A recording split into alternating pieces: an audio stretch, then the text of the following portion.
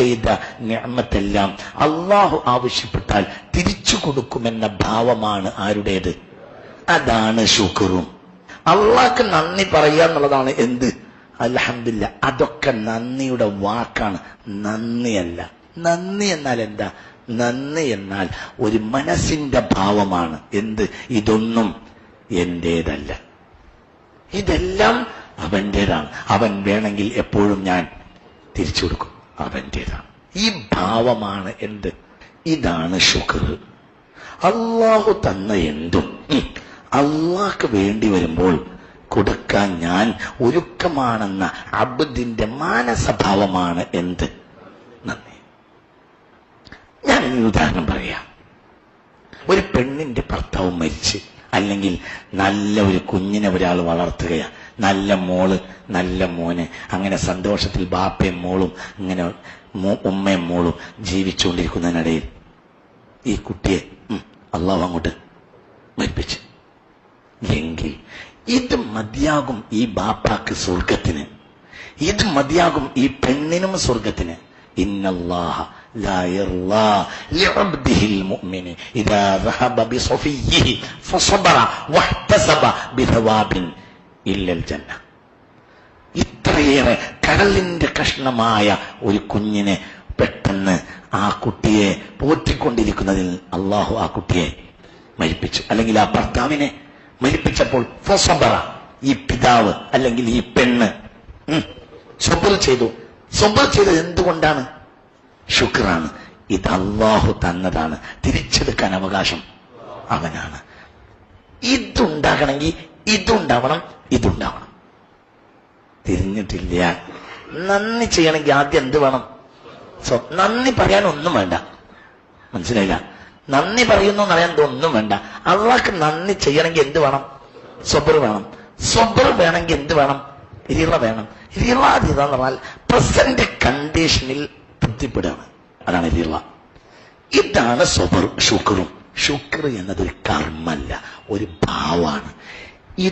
ഇതും ഉള്ള ആളുടെ മനസ്സിന്റെ ഭാവത്തിൽ നിന്നാണ് എന്തുണ്ടാവുക? ശുക്ർ ഉണ്ടാവുക. മനസ്സിലായോ? ഇഷ്ടപ്പെട്ട ഒരു മോനാണ് മരിച്ച്, ഇഷ്ടപ്പെട്ട മോള് മരിച്ച്, ഇഷ്ടപ്പെട്ട ഭർത്താവ് മരിച്ച്, ഫസബറ. ഇതെല്ലാം അള്ളാഹു തന്നതല്ലേ എന്ന ഭാവത്തിൽ അള്ളാഹു എടുത്തോട്ടെ എന്ന നിലക്ക് അയാൾ അങ്ങോട്ട് പിടിച്ചെന്നാൽ, ക്ഷമിച്ചാൽ അയാൾക്ക് എന്ത് കൊടുത്താലും അള്ളാഹ്ക്ക് തൃപ്തിയാവൂല. ഇല്ലൽ ജന്ന, സ്വർഗം തന്നെ കൊടുക്കാതെ എന്ന് പുണ്യ റസൂൽ പറഞ്ഞിട്ടുണ്ട്. എന്തുകൊണ്ട്? ഇയാൾ ഷാക്കിറാണ്, സ്വാബിറാണ്, റാളിയുമാണ്. അതാണ് ഇബ്രാഹിം, അതാണ് ഈമാൻ. ഇത് പറഞ്ഞതുകൊണ്ട് ഉണ്ടായിക്കൊള്ളുന്നില്ല. പഠിച്ചാൾക്ക് ഈമാൻ ഉണ്ടായിക്കൊള്ളുന്നില്ല, പഠിക്കാത്തൊരാൾക്ക് ഈമാൻ ഉണ്ടാവില്ല എന്നുമില്ല. ഈമാൻ പഠിക്കലും ഈമാൻ ഉണ്ടാവലും രണ്ടാണ്. ഒരു പണ്ഡിതനുണ്ടായിരുന്നു. ആ പണ്ഡിതന്റെ കഥ യഹ്യായിലുണ്ട്, മുക്കാഷഫയിലുണ്ട്, വജാലിമ പറയുന്നുണ്ട്. ഒരു പണ്ഡിതനുണ്ടായിരുന്നു. ആ പണ്ഡിതന് എന്റെ ഭാര്യ മരിച്ചുപോയി. ഭയങ്കര ഇഷ്ടമായിരുന്നു ഈ പെണ്ണ്. അങ്ങനെ ഈ പെണ്ണ് പെട്ടെന്ന് ഭാര്യ മരിച്ചു പോയപ്പോ ഈ ഭർത്താവ് ഈ പണ്ഡിതൻ വീട്ടിൽ തന്നെ ഒതുങ്ങി. ആർക്കും വിവരം പറഞ്ഞു കൊടുക്കൂല, ഫത്വയും കൊടുക്കൂല, ദുഃഖിച്ചിരിക്കുന്നു. പലരും പറഞ്ഞ് അപ്പോഴും ഇയാളെ ദുഃഖം മാറിയില്ല. കാരണം ഇത്ര ഇഷ്ടപ്പെട്ടവര് ഭാര്യയാണ്. നാട്ടുകാരൊക്കെ വിഷമിച്ചു. കാരണം നാട്ടുകാർക്ക് ഈ പണ്ഡിതനെ കൊണ്ടൊന്നും ഉപകാരം കിട്ടുന്നില്ല. കാരണം അയാളെ ഭാര്യ മരിച്ചപ്പോൾ അയാൾ എന്തായി? സൈഡായി, പരിലൊടുങ്ങി. അങ്ങനെ ഒരു ദിവസം ആ നാട്ടിലൊരു ഗ്രാമത്തിൽ ഒരു സ്ത്രീ വന്നു. അപ്പൊ പറഞ്ഞു, എനിക്ക് ഉസ്താദിനെ ഒന്ന് കാണേണ്ടിയിരുന്നു, ഒരു ഫത്വ ചോദിക്കാന്നാണ്. അപ്പൊ ഉസ്താദിന്റെ ഖാദിം പറഞ്ഞു, ഉസ്താദ് ഇപ്പൊ അങ്ങനെ ആർക്കും മുഖം കൊടുക്കാറില്ല. അങ്ങനെ പറഞ്ഞാൽ പറ്റൂല, എനിക്ക് അത്യാവശ്യമാണ്. അപ്പൊ പറഞ്ഞില്ല, പറ്റൂല. അപ്പൊ പറഞ്ഞു, ഞാൻ പോവില്ല, എനിക്ക് തന്നേ പറ്റൂ. അങ്ങനെ നിർബന്ധിച്ച് പറഞ്ഞപ്പോൾ ഒരല്പം മുഖം കാണിക്കാൻ പണ്ഡിതൻ അനുവാദം കൊടുത്തു. ഈ സ്ത്രീ വന്നു. പണ്ഡിതൻ അങ്ങനെ ദുഃഖിച്ചിരിപ്പ. ഇപ്പൊ ചോദിച്ചു, എന്തിനാ വന്ന്? ഈ പെണ്ണ് പറയാ, എനിക്കൊരു പ്രശ്നമുണ്ട്, ആ പ്രത്യക്ഷത്തിന് ഫത്വ കിട്ടാൻ വേണ്ടി വന്നതാന്നോ. എന്താന്ന് വെച്ചു, എന്റെ അയൽക്കാരി പെണ്ണ് എനിക്ക് എന്റെ ഒരു ആവശ്യത്തിന് ഒരു മാല കടം തന്നു. ഞാനത് കഴുത്തിലണിഞ്ഞു, നല്ല മാലയായിരുന്നു. ഞാനതിൽ അത്ഭുതപ്പെട്ടു, ഭയങ്കര ഇഷ്ടമായി. പിന്നെ അവൾ എന്നോടത് ചോദിച്ചില്ല. ദിവസങ്ങൾ അങ്ങനെ കഴിഞ്ഞു, അവൾ തീരെ ചോദിച്ചില്ല.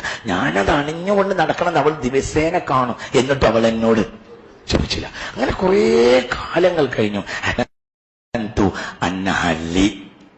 കുറെ കാലം കഴിഞ്ഞപ്പോ ഞാൻ വിചാരിച്ച്, അതെന്റേതാണ്. പിന്നെ ഞാൻ എന്റേതാണെന്ന് തന്നെ വിചാരിച്ച് അങ്ങനെ കുറേ കാലം കഴിഞ്ഞപ്പോൾ ഇന്നലെ മിനിഞ്ഞാൻ അവൾ വന്നിട്ട് പറയാ എന്റെ മാല അങ്ങോട്ട് എടുക്ക്. അപ്പൊ എനിക്ക് വിഷമായി. മാല കൊടുക്കില്ല. അപ്പൊ പറഞ്ഞു, ഉസ്താദ് ഇനി നിങ്ങൾ പറയും, നമ്മളെന്താന്ന് വിചാരിച്ച ഒരു മാല പിന്നോട് ചോദിക്കാൻ പാടുണ്ട. അത് പറഞ്ഞേ, അതെന്ത് ഭ്രാന്തായി പറയുന്നത്? ഈ അത്രയും കാലം അവൾ നിനക്കത് അനുഭവിക്കാൻ തന്നത് തന്നെ അവളൊരു ഔദാര്യല്ലേ. അതിനെ ഈ എന്റേതാന്ന് വിചാരിക്കണം തന്നെ അവൾ തന്നെ. അത് അവൾ ചോദിക്കുമ്പോ കൊടുക്കണ്ടല്ലേ? അത് ഉറപ്പാണോന്ന് വെച്ച്, ഉറപ്പാണെന്നാണ്. പിന്നെ നിങ്ങൾ എന്ത് ഇരിപ്പായി ഇരിക്കുമെന്ന് വെച്ച്, നിങ്ങൾക്ക് സുന്ദരിയായൊരു പെണ്ണിനെ അള്ള തന്ന്, നിങ്ങളെ മുതലല്ല അള്ള. കുറച്ചേരം നിങ്ങൾ അനുഭവിച്ച് അള്ളാന്റെ മുതലാ നിങ്ങൾക്ക് തന്ന്. അനുഭവിച്ച സുഖം കൊണ്ട് നിങ്ങൾ വിചാരിച്ച് ഇത് നിങ്ങളതാണ്. അള്ള ഉടമക്കാരനല്ലേ. ഒരു ദിവസം തിരിച്ചു വെച്ചു, നിങ്ങൾ വരാറുണ്ട് ആവശ്യം എന്താന്ന് വെച്ചു. മനസ്സിലായോ? എന്നതുപോലെയാണ് ഇത് തന്നെ. ഇതാണ് യഥാർത്ഥ ശുക്ർ. എന്താണ്? ഒന്നും എന്റേതല്ല. ഈ ഭാവമാണ് ആരുടേത്? ഇബ്രാഹിമിന്റെ. അതൊരാൾക്കുണ്ടാവണം.